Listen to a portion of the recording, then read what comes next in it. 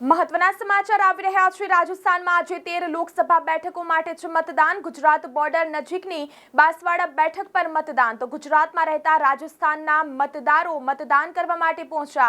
તો બાંસવાડા બેઠક પર 10.69 લાખ મતદારો। તો ભાજપ અને કોંગ્રેસ સહિત 8 ઉમેદવારો વચ્ચે ચૂંટણી જંગ।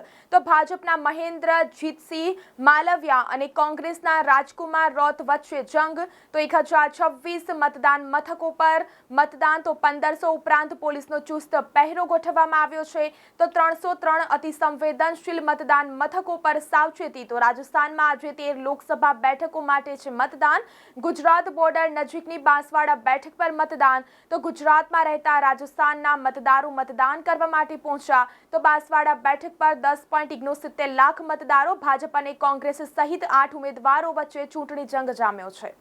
રાજસ્થાનમાં લોકસભાનું બીજા તબક્કાનું મતદાન શરૂ કરવામાં આવ્યું છે। આપને દ્રશ્ય બતાવવાની કોશિશ કરીશ કે આ બાંસવાડાનું એક મતદાન મથક છે। ત્યાં ખરી જે મતદાનનું આજે વહેલી સવારથી જ મતદારો મત આપવા માટે આવી રહ્યા છે।